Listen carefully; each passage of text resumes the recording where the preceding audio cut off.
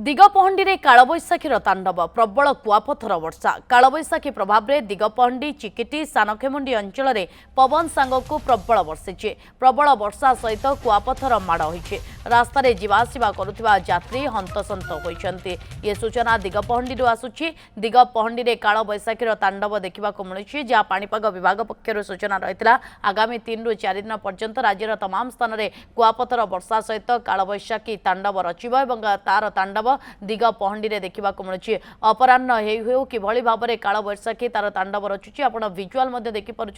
केते मात्रा कुआपथर वर्षा होची। नारायण सेठी प्रसंग अधिक सूचना आम सहित जोड़े नारायण स्थिति कौन निश्चित भाव नलिनी बर्तमान देखु दिगपहंडी बर्तमान काल बैशाखी तांडव करछि कहवा कारण दीर्घ 3 घंटार नॉनस्टॉप तांडव करछि काल बैशाखी एठी जो रास्ता कड़े थिबा बड़ बड़ गछ गुड़िक रही उपाड़ी देइछि सहित विभिन्न गछ गुड़िक भांगी कार घर भांगी देइछि तो कार दुकान भांगी देइछि और सबुठ गुरुत्वपूर्ण कथि काल बैशाखी तांडव सहित